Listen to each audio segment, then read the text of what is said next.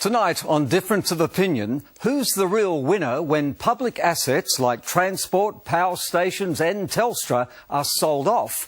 Is it in our best interests for governments to sell infrastructure that we've paid for?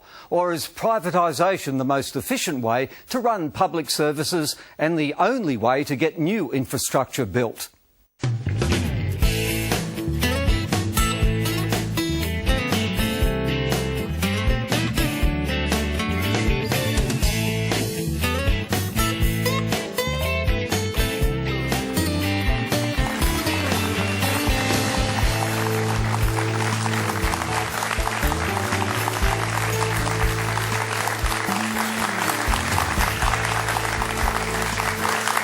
Good evening and welcome to Difference of Opinion. And with us tonight to debate privatisation for better or worse, please welcome Kenneth Davidson is a senior columnist with The Age newspaper and studied economics at Melbourne University.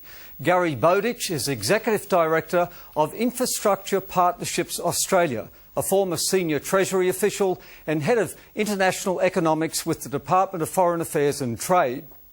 Betty Conn-Walker is an economist who's worked in both private and public sectors and co-authored the book Privatisation, Sell Off or Sell Out. Richard Allsop is a research fellow with the Institute of Public Affairs and former Chief of Staff to Transport Ministers in the Kennett government.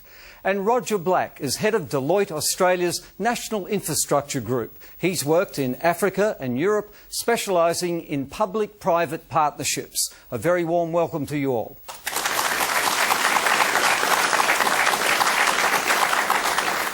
And with us, as always, for his wit and wisdom, leading cartoonist Warren Brown. Thanks, Jeff. My pen's at the ready. I'm very much looking forward to tonight. Thank you, Warren. Since privatisation took off in the Hawke-Keating era 2 decades ago, it's estimated that more than $100 billion has been reaped in sell-offs by state and federal governments. Are we, the taxpayers and former owners of these public assets, ultimately winners or losers? Ken Davidson. Well, there's a number of ways you can look at this, but I think the first thing to be considered is that it's always cheaper for the government to borrow to finance infrastructure than it is for the private sector to raise equity or borrow. So from the point of view of economy, I don't think we've gained very much. If we look at it federally, the dividend's been about $80 billion, and what we've done with it essentially has been to reduce debt. And I don't think that's a very clever way of using the cash that was generated, because the assets which were sold yielded returns somewhere in the order of 10–15%. And this money was used to pay off government debt of around about 6%, or even in some cases put in short-term treasury notes for 5%. Any idiot, if you like, can sell off their house in order to pay off their mortgage, but if they are then paying more in rent for the house, and I think that's very close to the situation we're in, then obviously we're worse off. Gary, if Australia were to sell off an iconic asset like Australia Post, would it be a sell-off or a sell-out? Well, I think Australia Post is an interesting example because the corporatisation process has been very successful. The business is operating very well. In fact, interestingly, neither political party is calling for the sell-off of Australia Post. But what I think the way to look at this privatisation debate is about one thing, and it's not the asset, it's the quality of the service, the quality of the public service that will be delivered off the back of the asset. The community rightly expects the highest quality service, and we need to think exactly in those terms. But at the same time, is it prudent, is it appropriate for governments to go it alone, to deliver those services, whether it's in our schools, our hospitals, our transport, our energy or our water systems? And I would say, no, it is not prudent. There is an abundance of expertise. There is an abundance of expertise, not only in terms of management and the operation of these assets, but also the abundance of capital, particularly your money, through superannuation that is available to be invested in these community assets. And I think that's a very important point going forward, that we can harness the community's capital to build, restore and expand our infrastructure in this country. Betty, the Coalition says if it's re-elected, it would sell off Medibank Private. The ALP says if it forms government, it won't. Does the public benefit from the sell-off of such national assets? I don't believe so, Jeff. It seems to me that the whole idea of privatisation is an imported one. It was imported from Thatcher's UK at a time when the UK had enormous levels of debt, and it also was required to achieve a goal of debt as a percentage of gross domestic product of 60% in order to enter the European market. We didn't have those problems. In addition, it was a time when the UK actually had government businesses had their origin post-World War II. In Australia, government businesses have been there since Federation. And they have been part of nation building, and they should continue to be part of nation building. And so we have introduced into Australia an idea that was not relevant and not appropriate to our country. And to sell another asset of the nature of Medibank Private means that we're moving further towards an American style of privately provided health care, where a majority or a great number of Americans have no cover, and they're actually allocated what can be done to their own health. So do we want to live in a country like that, or a country like Australia where the issue of health is primarily a government responsibility? Richard, many people point to Tony Blair's Britain and say that over there they have gone into privatisation very aggressively.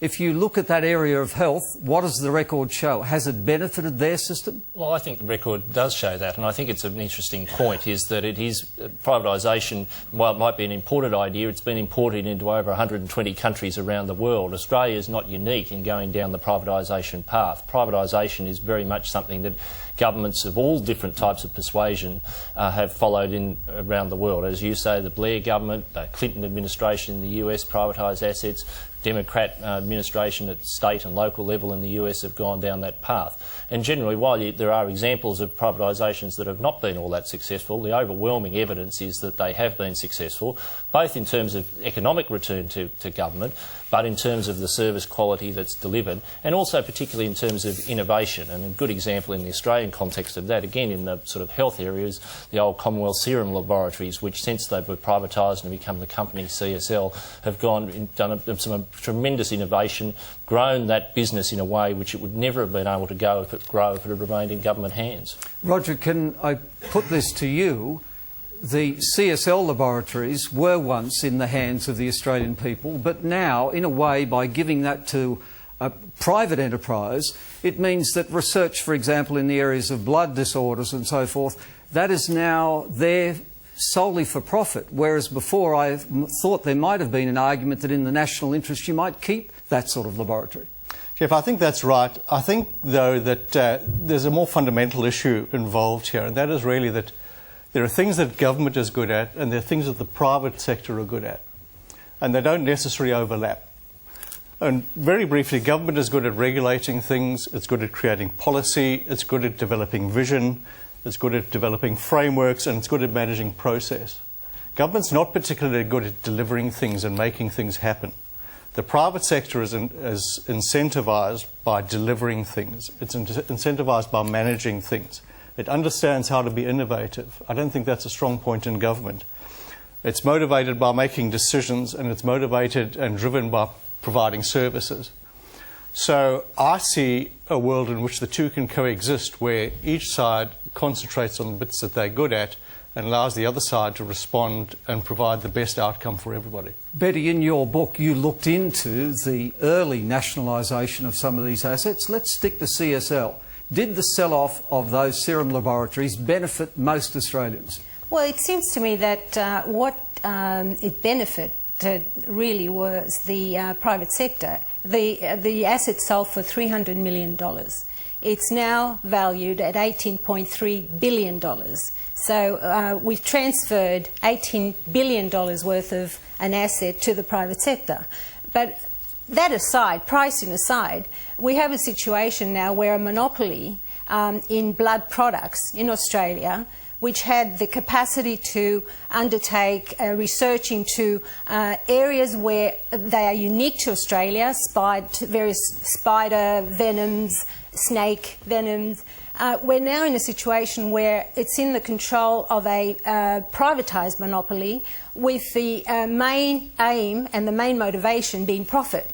It's not going to undertake the sort of research that a government authority or government asset would have undertaken where the need arose, because there's no profit in it. So we're left as a society which is in many ways, and I'd like to go back to some of the arguments that, or some of the statements made earlier, although other countries have introduced privatisation, Australia has many unique features. The size of Australia and the area of Australia that needs to be covered, for example, by communications systems, is not available in other countries. We are unique in many ways, and we have unique characteristics. And just because other countries have undertaken a privatisation doesn't mean we have to follow that path. In that area of telecommunications, can I put this to the panel? There's a clear choice being put forward now by the Coalition and the ALP. One is opting to say, let's privatise fully and have the new broadband system handled by the market. The other is saying, no, we'll use various funds. In terms of benefiting Australia, Ken, what is the best way to do it? Well, I think the first thing about telecommunications, that before the process of privatisation started, you could say that Australia had probably the most sophisticated telecommunications network in this region. What we have now, things have moved on, as people say, gone forward, and we have a third world broadband service, and I'm not the only person that's said that. A lot of people have come to Australia and been absolutely amazed. We now have the situation with Telstra privatised, where the government is being expected to put up $4 billion to develop a national broadband service, where if the natural monopoly had have continued, the broadband network would have been financed out of the retained earnings of Telstra, as it has always been in the past. I mean, the government never put a penny into Telstra. It came out of the retained earnings of the people who bought the service. And now the thing is uncontrolled. It's driven by profit, and I think it's diminished us all. And we have, on the one hand, we have this group of people called the G9, a group of so-called competitors, but basically they're arbitrageurs. They connect into the network at less than the cost of providing the service, building and maintaining the network, and that allows them to undercut Telstra in terms of sales. In turn, that undercuts Telstra's revenue, which undercuts Telstra's ability to invest in the network. If it's a natural monopoly, it should have been left in the hands of government, and we are in a mess now because it wasn't. Gary? I think that there's a real issue here about understanding, well, when do you privatise? Privatisation is never the panacea, but it has its place, and you have to look at it on a case-by-case basis. I think that's the only way you can approach this issue. But we all know from international evidence that the system works best when there's competition. Competition breeds innovation, it breeds productivity, and it breeds a customer focus. And that's really where we need to be thinking, in the sense that not substitute one monopoly operator with another. Should we just accept that claim, Hollis Wallace, though, that competition breeds this improvement? Because I would argue in the area of technology, often it's the leap in telecommunications that has come through that technological innovation rather than the competition that brought the fastest progress on the internet, for example. Exactly. But those leaps in technology are highly unlikely to come from a government. Technology is driven by innovation. Really is shown. That is probably the biggest single thing where the private sector is best able for government. If you want something run safely and conservatively, probably there would at least be some argument that that's what government is good at. If you want innovation, the private sector is the place to look for it, and that's what we're going to see. And I think the issue in telecommunications is while you've privatised, you've still got a very onerous regulatory regime around the privatisation, which in many ways is stifling innovation. That is entirely fallacious. To say that a government instrumentality can't undertake innovation is just ridiculous. What we had here was a unique situation where we had Telstra as a major player in the field of telecommunications. We had the opportunity to, and the fact that it was owned by government didn't mean that it didn't progress, and nor does it mean that it wouldn't have progressed to the same level that it has now. And mind you, in private hands, the number of complaints against Telstra from the public has increased by 17% since it was privatised. So let's not say that that's the panacea. But let me just finish. What we have here is we sold a very unique asset, and I see communications as the industrial relations and the industrial revolution industry of our century. And Yes, I equate it to that. And the fact is that we sold Telstra, the government sold Telstra for $48 billion. In the last 15 years, it earned dividends to the government of $40 billion, and that's apart from the actual income tax expense, the equivalents that it paid to government. So we gave it away. Gary? The issue here, innovation is not about the latest gadget. The discipline of innovation is about producing a competitive product, a product that is relevant, that is well priced, and it meets your needs. Competition is the way to do that. Do not be fooled by this notion that innovation is about the latest whiz-bang gadget. And what we're talking about here is Telstra would not, as a government entity, produce the most competitive outcome. They would be picking winners, and they would be on a wing and a prayer. This is about the discipline of price delivery, with a least cost, with a focus on the customer, and making sure that is enduring. That is the focus, and that is what innovation should and must mean in this context. Competition is about somebody ringing you up when you're having your dinner, offering you a better plan. Now, let's inject just one fact into this. Before privatisation, Telstra had one of the most sophisticated research laboratories in Australia. That is now totally moribund. It's all about product differentiation, like have we got a better coloured telephone. It's not really about fundamental innovation. I go back to the point, we have a third world broadband service, and we haven't still resolved how that is now going to be financed. I suspect it's going to cost a lot of money, and it will be a lot of money which will come ultimately out of the government. Roger, having gone down the partial privatisation road so far with Telstra, what are the choices ahead? How are we going to do what Ken's saying we need to do? Rupert Murdoch has told Australia we're way behind. How are we going to do that? And should it be government or the market that controls it? I think Telstra might not be a good example of an outright privatisation, because I think it's caught in a cleft stick at the moment. It lives with a legacy of being a government organisation, although it's owned by the private sector, but with still some strong government influence. How it goes forward, I think less regulation will give a better result. I think Telstra itself is an impediment in the development of a better communications network. And I think there may be other examples where privatisation is easier to identify as being an outright success.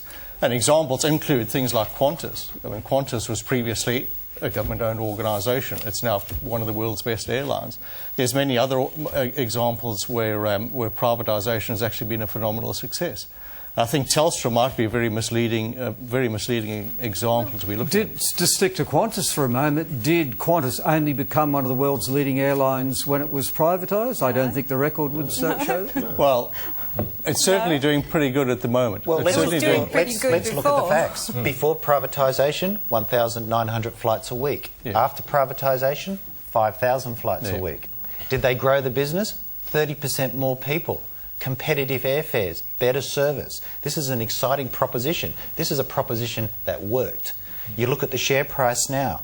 It's more than tripled since privatisation, delivering the right sort of wealth generation to the mums and dads that did in fact own it. Will Australians be safer we need flying on Qantas if Qantas decided to have its servicing done in a foreign country to save money? Would Australians watching tonight be safer on an airline that has an impeccable record?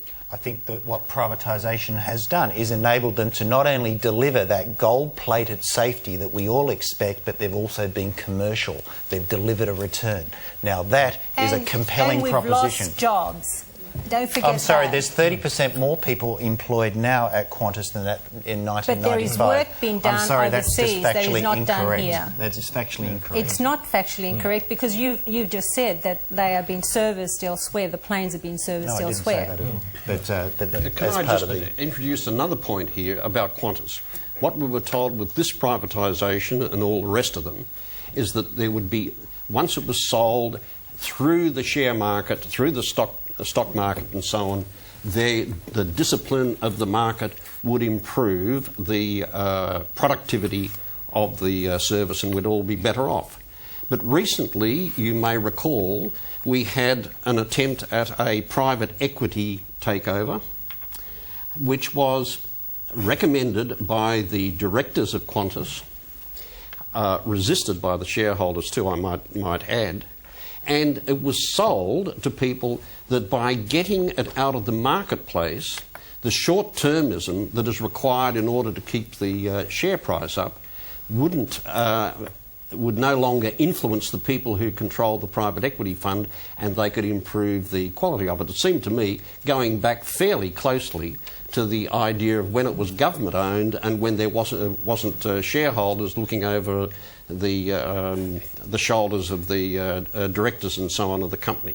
So, you know, let's have a little bit of seriousness about how wonderful the market is in these situations. Even people who are players there say that sometimes it's better to get businesses out of the market. Richard, in the areas when you were with the Kennett government, what could you point to that was privatised that really benefited Australian people? Well, I think there's a number of things. I mean, I think the electricity assets that were privatised, you ended up getting significant improvements in, reliability of supply, significant increased productivity.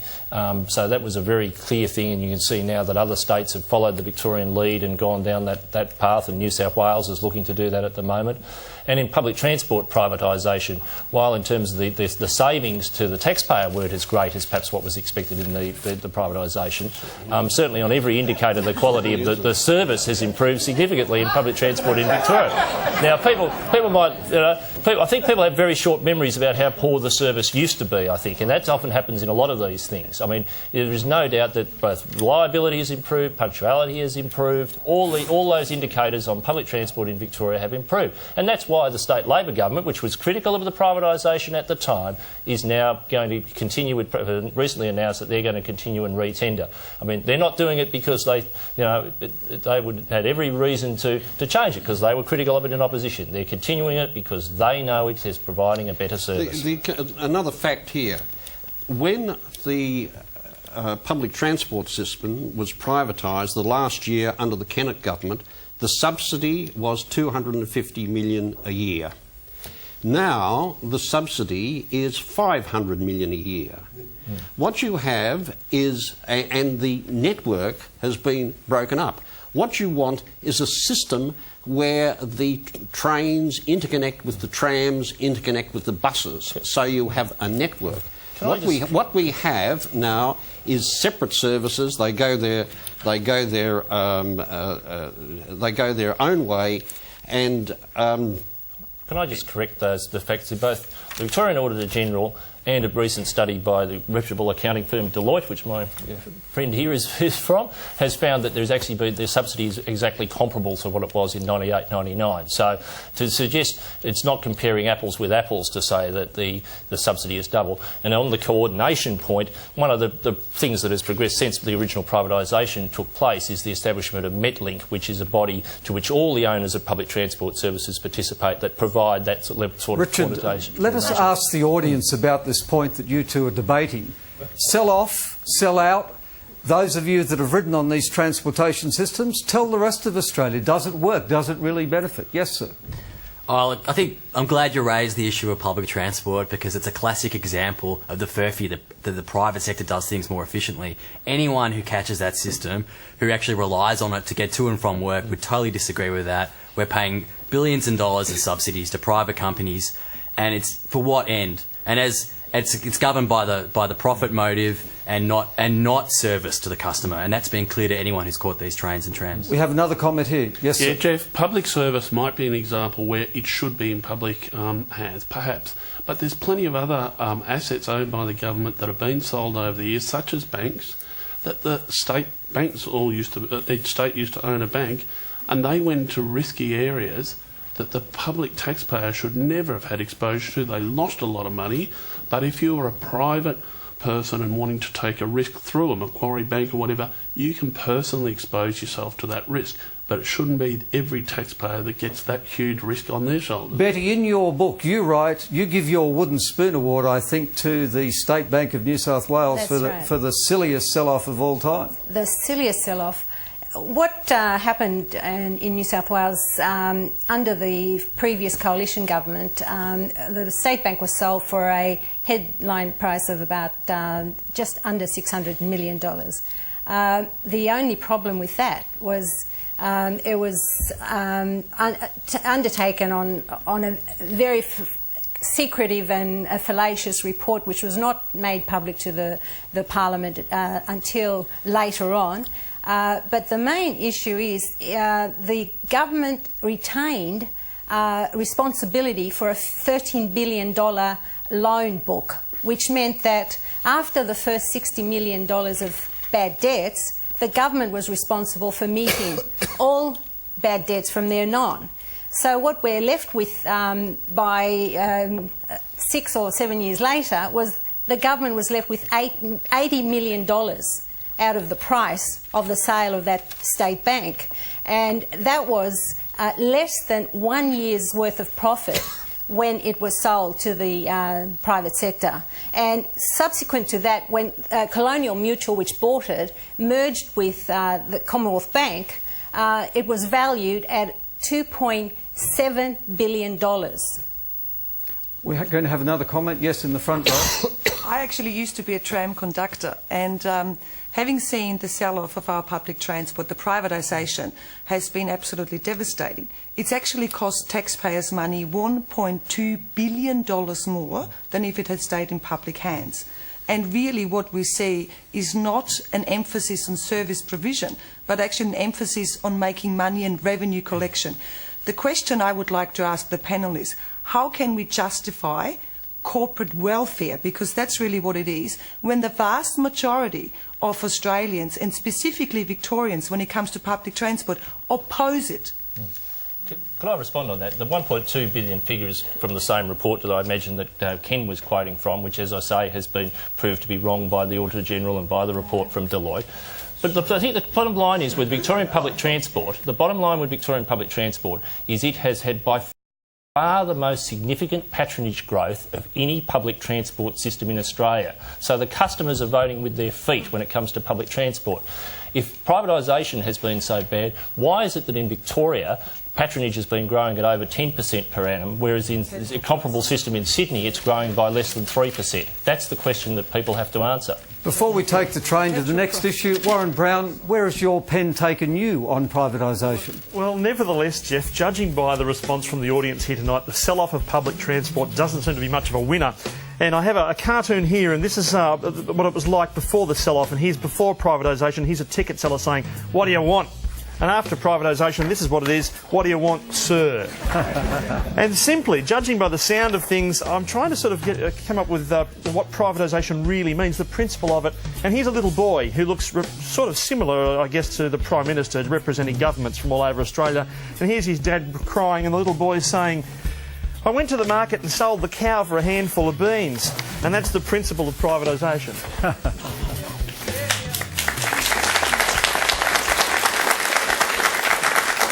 Well, we've looked at the pros and cons of privatising some public assets, but what about the new wave of public-private partnerships? Is this the most efficient and cost-effective method of building badly needed new infrastructure like roads, schools and desal plants? Gary? Absolutely. Public-private partnerships is about one thing, and that's acknowledging that a piece of infrastructure, whether it's a school, a hospital, a transport corridor, doesn't stop when you finish constructing it. It's not a construct and forget formula. The most fundamental issue here is that what is the quality of the asset over its entire economic life? And there's something very special about infrastructure, and that is that these assets go on and on and on for decades and decades. So we have to ensure that the quality of the asset is maintained, not only in year 5, but in year 15 and year 35 as well. And that's the absolute critical point. A public-private partnership will look at the whole of life asset management, and in doing so provide the community with a decent quality of asset and a decent quality of service in the years ahead. This is an opportunity to change the paradigm by saying we will never again let our infrastructure crumble, because governments, when they look at their budgets, the first thing that takes a serious haircut, if you like, is the maintenance budget. Public-private partnerships are about protecting governments from themselves. Roger, I would like you to tell Australians what you've learned when you look at the big picture. Globally, we seem to be really quite new at this. We only have about 30 of these public-private partnerships over the last 5 years. So why do you think we need to go down that road? Sure, I think there's probably a couple of reasons. I think talking about public-private partnerships, the concept is not a new one. Even to Australia, it's not a new one. The first fleet was actually a public-private partnership, and the contract manager on the first fleet was Captain Phillip, and he was very carefully selected, and he did a very good job. And if you contrast that with the results of the second fleet, which was motivated by, was really effectively a government procurement, the results are quite significantly different. I think the area that's been leading the public-private partnership process probably in the last 12 years has been the UK. The UK, they currently have over 700 signed and operating PPPs. They roll them out at the rate of about 60 a year. And, excuse me, a couple of years ago, the National Audit Office in the UK undertook an audit, and we were talking about earlier about the government's ability to deliver projects. They found, for instance, that government-procured projects in the UK, 73% of them were over budget. 70% of them were delivered late. Using PPPs as a procurement, less than 20% were delivered late, and less than 22% were delivered over budget. I think the learning point from that, and I had some direct experience with that, the learning point from that, and I support Gary's view as well, that it's about a whole-of-life view of an asset. I walked around schools in the UK, I walked around schools in Liverpool, where there was sewerage running down the corridors. Windows were broken and the schools were covered in graffiti. 2 years later, once the school was managed under a public-private partnership with a maintenance contract in place, all of that was sorted out. Windows were repaired in a matter of a couple of hours. Any messes on the floor were repaired or picked up in a matter of 2 hours.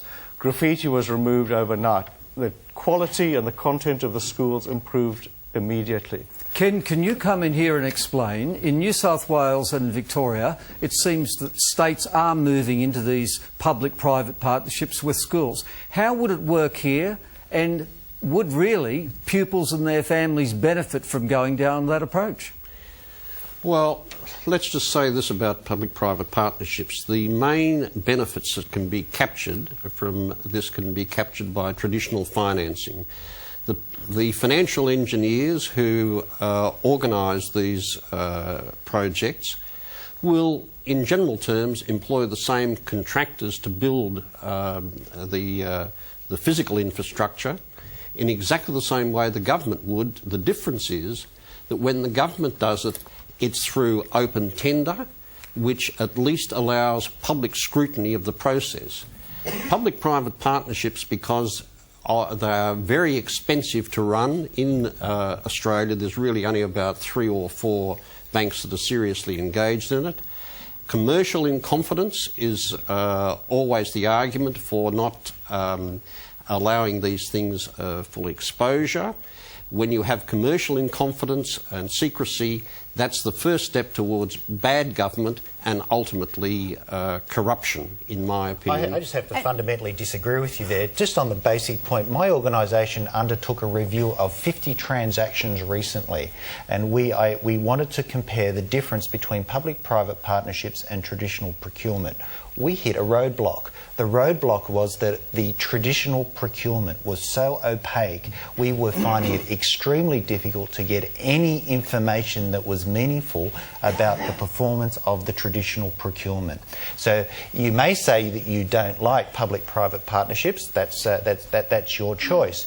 But if not that, well then what? And I have to say that traditional procurement is entirely opaque, and what information is available is by no means encouraging in terms of the cost of the cost overruns, and in addition the time overruns as well. These are profoundly bad performances. That can be built into the tender. You're describing the performance of the private sector, because government has never undertaken these tasks with its own employees, with its own staff. It has always, for as many decades as you can recall, the government has always contracted out the building, the construction, even servicing of certain assets. So you're describing the performance of the private sector, but I'm describing the procurement mechanism by virtue of the fact that the procurement mechanism was poorly defined. The terms of reference of contracts were poorly defined. Right, so you're describing... And the private sector did not have a clear-minded customer.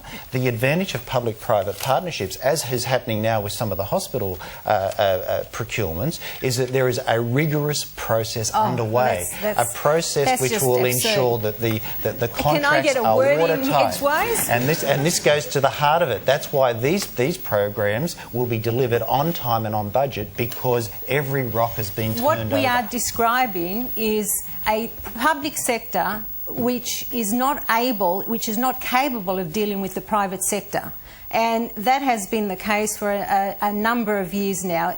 In other words, they are up against the touters, the advocates of privatisation, and we have decision makers from politicians and their advisors who are not financially sophisticated. So they enter into contracts which may or may not be beneficial to the public sector. And so Betty, what about this example? If we look at the Cross-City Tunnel in Sydney, Roger, would you like to take this one up? Not every one of these public-private partnerships works out happily. So what went wrong there? Well, that's a good question. Has something gone wrong? The Cross-City Tunnel is functioning.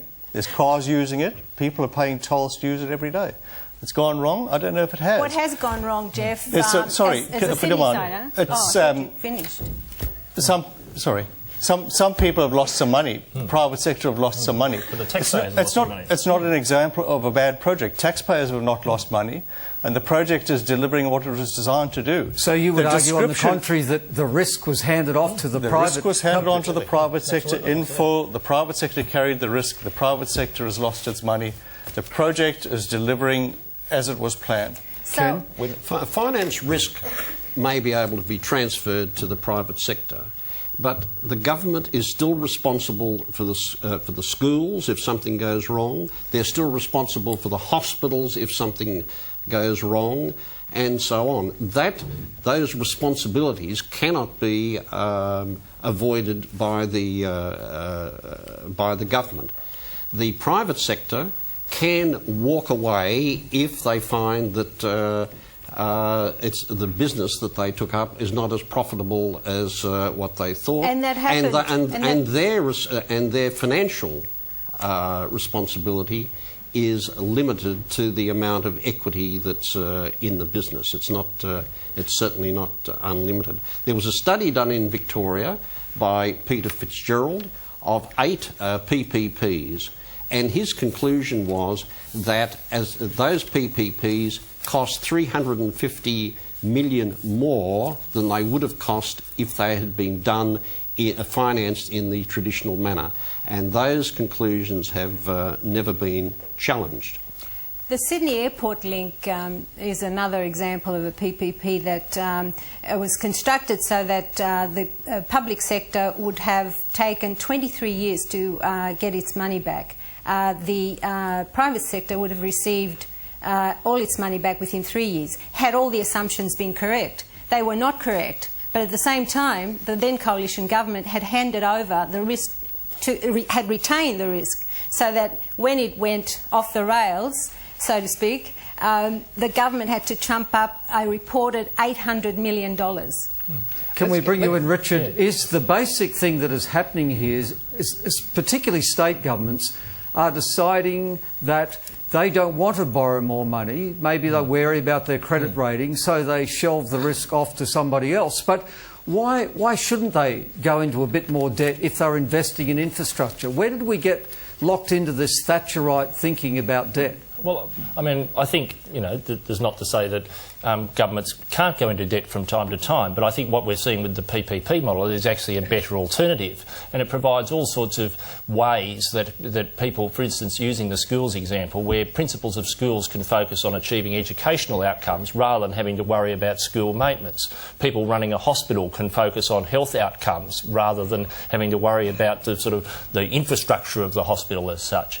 And I mean, you get really innovative things in PPPs now, such as in New South Wales. It's even got into the area of providing social housing for people by redeveloping an area and getting the private sector involved in providing some, you know, private housing as well as the social housing. So you're getting some really interesting and innovative things. And I think, as we've heard, Australia still hasn't gone very far down this path. And the further we go down it, I think the better our governments will get at in dealing with the issues that Betty's raising, which is true. If you haven't had a lot of experience with something, you'll probably take a little while to get to do it very well. But the examples that you see overseas is governments can do it very well, and I see no reason why Australian governments can't get better at managing PPPs. Gary, but if government can always borrow money cheaper than private enterprise can get to it, it would always seem to be ultimately more expensive to go down that road of PPPs. Yeah, Jeff, that's probably one of the most spectacular myths in the debate, that the government can borrow more cheaply.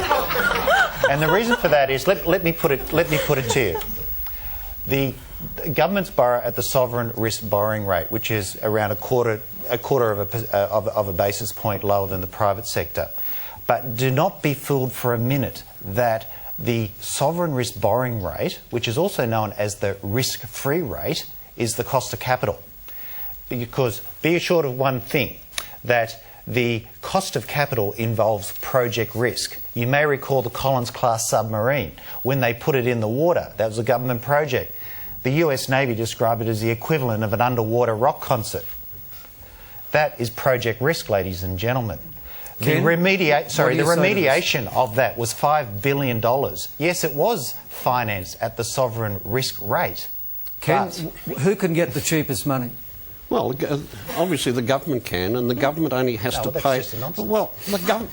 Look, it is the money the government borrows. What you say, this is one of the ways in which this lobby, which is extremely powerful, gets around this. They say, oh no, look, really, you're just looking at the risk-free rate, but in fact, that when we take this on, we absorb all these risks, so therefore it's fair enough that we get a return, say, of 10 or 12% to cover the risk. Often, when we do a public-private partnership, there is additional risk built into the project because the government doesn't have the control of the system and there is one discrete project involved.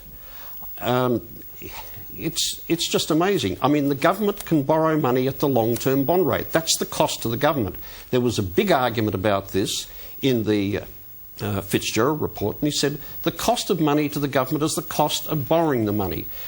Do you think that when you borrow money to buy a house, that the cost of the borrowing is the interest rate you pay, or some other hypothetical amount? And they have a thing called the comparator. There has been no PPPs that I have seen in Australia where the government has come out and said, look, here is the project, this is what it would cost using government funding, here is what it costs when we use PPPs, where the equity, the return on equity has got to be around about 12%. That's almost double the cost of the borrowing. All the government has to do is cover the cost of its borrowings. This argument that somehow it's cheaper to borrow the other way when it isn't is a nonsense. If you look at one thing, CityLink, the cost of the tolls is twice what they would have been if it had been financed through traditional borrowing and using the same contractors to build the project twice. Roger? I think I'm with Gary about the cost of capital being more critical than the cost of borrowing. But moving on from that, this concept of the public sector comparator is a fairly common concept in the PPP world. It's used here. It's also used elsewhere. And it's really intended to establish a benchmark at which the government for which the government would pay to procure a project, and to enable them to compare whether somebody else could build it more expensively or cheaply. On most of the PP projects that I've worked on, and I specialise mostly in advising and assisting governments in developing their projects, that benchmark is really critical, and if the private sector is unable to beat it, the project doesn't go ahead as a PPP. That's the approach that's taken certainly in Queensland. It's the approach that's taken at a Commonwealth level. It's also the approach that's taken on most of the PPP projects that I've worked on in the UK. And it's fundamental to establishing that a PPP is value for money. Let's ask the audience, please, if we can. We'll come back to you, but let's ask the audience at this point some questions for our panel. Yes, the lady in the front row. How can Infrastructure Partnerships Australia help governments reduce greenhouse gas emissions by taking responsibility for providing convenient and integrated public transport and rail freight instead of building more roads and freeways? We are completely modal indifferent. The key issue here is having as Kenneth has rightly said, is reducing the transaction costs between road, rail and all the different forms of transport. That's the key here. There is no room for ideology nor religion to say it should be more road or more rail. We should allow the market to get it fit for purpose, if you like. And in doing so, we need to be looking at, well, how do we iron out the bugs in moving between one or another? Because this is a vast country. Rail will suit some parts of it. Road will suit others, and we need to be thinking exactly those terms. Let's take the ideology of modes out of it. What we would like to hear from the audience, do you want these public-private partnerships to get these things done? Yes? I'm extremely concerned about what happens when the profit motive starts to take over from the motive of wanting to deliver good services to the service users. I mean, when the government manages a service, it knows that it's ultimately accountable to the people who use that service. The same is not true for private companies. Their only real motive is to generate as much profits. So how do you get around that? Well, I have to, if I may, one of the beauty of a public-private partnership is that it is very specific about performance criteria for the maintenance of assets, whether it's in a hospital or a school or another facility. And there are very clear sanction mechanisms. If you do not perform, it will cost you dearly. It focuses the mind and ensures a very efficient and a very clear service delivery proposition. And you talk to the teachers and the schools in New South Wales that have enjoyed the benefits of the 2 rounds now of PPPs in the schools area, the principals and the teachers will attest to the quality of the service that's being delivered by the private sector in the maintenance of their facilities. Things get done, and they get done very quickly and very well. At this point, we have to wrap up. What we're hearing tonight clearly is that the infrastructure is not there on a whole range of things. We're hearing about care for an ageing population, about the global warming challenges, about water, transport. And so a starting point, it seems the panel is suggesting, would be to have a plan for infrastructure and somehow to get past the state-federal wrangling that has held us back. And so, Warren, as usual, you get the last word. Well, Jeff, I think sometimes these public-private partnerships make strange bedfellows. Imagine, for example, you had a PPP with God and you wake up in the morning, like this lady has, and she's looking out the window at this beautiful sunrise and she pulls the blind up. There's a big ad up there that says, "This sunrise is brought to you by Mornings Incorporated." And finally, even speaking of strange bedfellows, even a PPP with the ABC would be very strange. And here we have two curious-looking fellows, and that is a banana and a shareholding orange in pyjamas. Thank you, my friend. And thank you to a brilliant panel tonight: Kenneth Davidson, Gary Bowditch, Betty Conwalker, Richard Alsop and Roger Black.